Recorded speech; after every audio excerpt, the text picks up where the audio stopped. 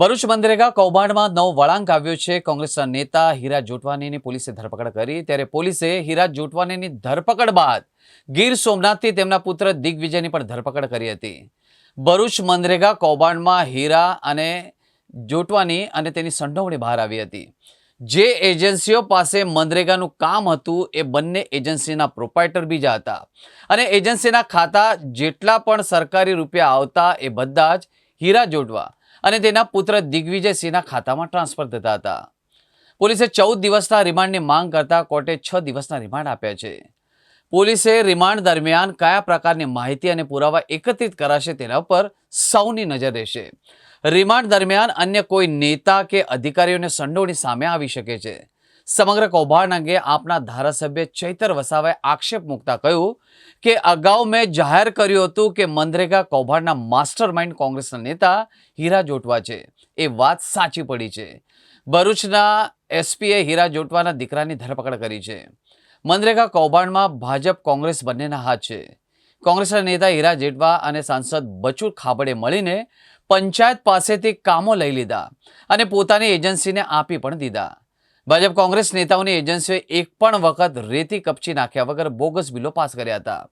આપના ધારાસભ્ય વધુમાં કહ્યું કે એસઆઈટીને આ નેતાઓ નિષ્પક્ષ તપાસ કરવા દેશે નહીં। હવાલા પેટે જે રકમ વિદેશોમાં મોકલવામાં આવી છે તે પાછી લાવવામાં આવે। જો આ કૌભાંડની કડક તપાસ કરવામાં નહીં આવે તો અમે લોકોને સાથે રાખીને કલેક્ટર, એસપી અને નિયામક કચેરીનો ઘેરાવ કરીશું। કૌભાંડમાં જેટલા નાણાં ભાજપ અને કોંગ્રેસના નેતાઓ દ્વારા સેરવી લેવામાં આવ્યા હતા તેને રિકવર કરવામાં આવે અને એ નાણાંનો ઉપયોગ ગામોના વિકાસ માટે કરવામાં આવે। ભરૂચ જિલ્લામાં જે કામો થયા હતા એ કામોમાં કોઈ ગેરરીતિ થઈ હતી એવી રજૂઆતના આધારે ડીડીઓ શ્રી ભરૂચે એક પ્રાથમિક ઇન્ક્વાયરી કરી હતી। આ પ્રાથમિક ઇન્ક્વાયરીમાં એમને શંકાસ્પદ વસ્તુઓ જાણવામાં આવી અને 56 ગામો પૈકી 11 ગામમાં પ્રાથમિક ઇન્ક્વાયરી કરવામાં આવી ત્યારે તેમને ગેરરીતિ થયાનું પ્રાથમિક દ્રષ્ટિએ જણાવ્યું। ત્યારબાદ ઇન્ચાર્જ ડીઆરડીએ ભરૂચ દ્વારા આ રિપોર્ટના આધારે એક પોલીસ ફરિયાદ દાખલ કરવામાં આવી। પોલીસ ફરિયાદ ભરૂચના એ ડિવિઝન પોલીસ સ્ટેશનમાં દાખલ કરવામાં આવી અને આ તપાસ શરૂ કરી ત્યારે તપાસ વિસ્તૃત હતી અને ઘણી બધી જગ્યાઓ કવર કરતી હતી ભરૂચ જિલ્લાની, એટલે એક તપાસ ટીમની રચના કરવામાં આવી હતી। તપાસ કરવામાં આવી રહી છે અને RM વસાવા એ પોતે તપાસનીશ અધિકારી છે। તપાસ ટીમે જ્યારે તપાસ શરૂ કરી ત્યારે ઘણા બધા કર્મચારીઓના નિવેદન લેવામાં આવ્યા। તલાટી, સરપંચ, આઉટસોર્સના કર્મચારીઓ, જે લોકોએ મટીરિયલ સપ્લાય કર્યું હતું તે ઉપરાંત જે લોકોના જોબ કાર્ડ બન્યા હતા કામ કરવાના એ તમામનો નિવેદનો લેવામાં આવ્યા હતા અને ઊંડાણપૂર્વક તપાસના અંતે પોલીસને પ્રાથમિક દ્રષ્ટિએ એવું જણાયું કે આમાં ઘણું બધું ખોટું થયું છે। તપાસ ડિટેલમાં જતાં ખબર પડી કે 2 એજન્સીને આ કોન્ટ્રાક્ટ મળ્યો હતો, મુરલીધર એજન્સી અને જલારામ એજન્સી। આ બંને એજન્સીઓને મટીરિયલ સપ્લાય કરવાનું હતું અને કામ પૂરું કરવાનું હતું। તપાસ કરી ત્યારે ખબર પડી કે આ કામ પણ પૂરું નથી થયું, જેટલું કામ કર્યું છે એ પ્રોપર કામ નથી કર્યું, મટીરિયલ સપ્લાય જે કરવાનું હતું એ પણ નથી કર્યું અને જે 60-40નો ratio material supply is to labour એ પણ મેન્ટેન નથી કર્યો। તેમ છતાં 56 ગામોમાં ખોટા બિલો રજૂ કરી અને સરકારી નાણાંની ઉચાપત કરી છે। ખોટા જોબ કાર્ડ બનાવવામાં આવ્યા છે। ગરીબ માણસો જે લોકોને મજૂરી દર્શાવી એ લોકોના અકાઉન્ટ ખોલાવવામાં આવ્યા અને સરકારી નાણાં એ અકાઉન્ટમાં ટ્રાન્સફર કરી મુરલીધર એજન્સી અને જલારામ એજન્સીના પ્રોપ્રાઇટરોએ આ નાણાં પોતાના અકાઉન્ટમાં લઈ લીધા।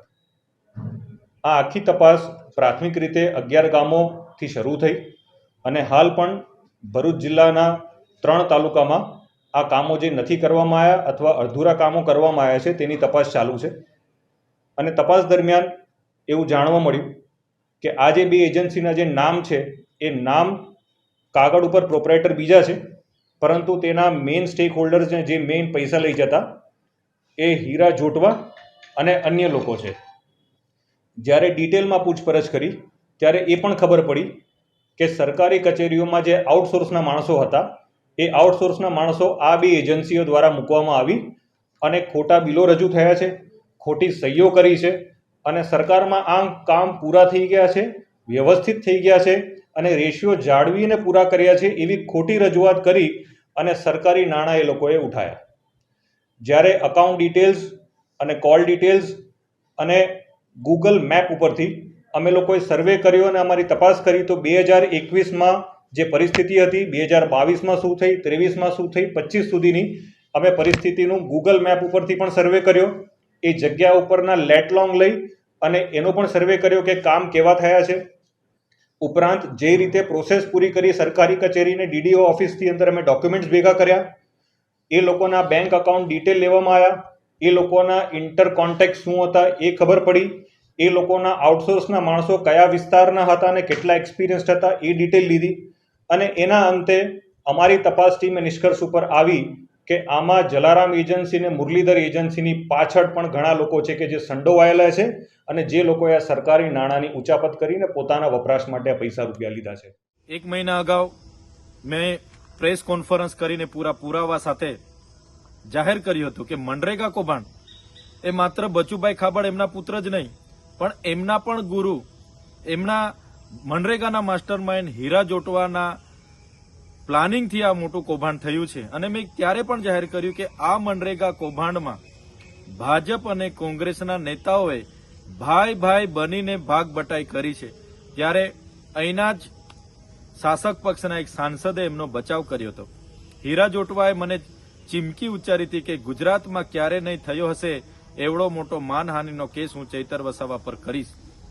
ત્યારે આજે ભરૂચ એસપીએ જે પ્રેસ કોન્ફરન્સ કરી, આજે હીરા જોટવા એના દીકરાની ધરપકડ કરી, એના પરથી સાબિત થાય છે કે હું સાચો હતો. અને બીજી સાચી હકીકત એવી છે, હીરા જોટવા 2017-18 દરમિયાન આ આદિવાસી વિસ્તારોમાં આવ્યા ત્યારે તમામ મનરેગાની કામગીરી પંચાયતને અમલીકરણ બનાવીને કરવામાં આવતી હતી. પણ આ હીરા જોટવાએ પંચાયત મંત્રી બચુભાઈ ખાબડ, શાસક પક્ષના તમામ સાંસદો, ધારાસભ્યને સાથે રાખીને આ પંચાયત પરથી કામો આંચકી લઈને એમની જલારામ એન્ટરપ્રાઇઝ અને મુરલીધરન એન્ટરપ્રાઇઝ મટીરીયલ પૂરું પાડશે એવું આખું પ્લાનિંગ બનાવીને બચુભાઈ ખાબડના ઇશારાથી 5 જિલ્લામાં એજન્સીઓને ફીટ કરવામાં આવી અને દર વર્ષે એને રિન્યુ કરવામાં આવી.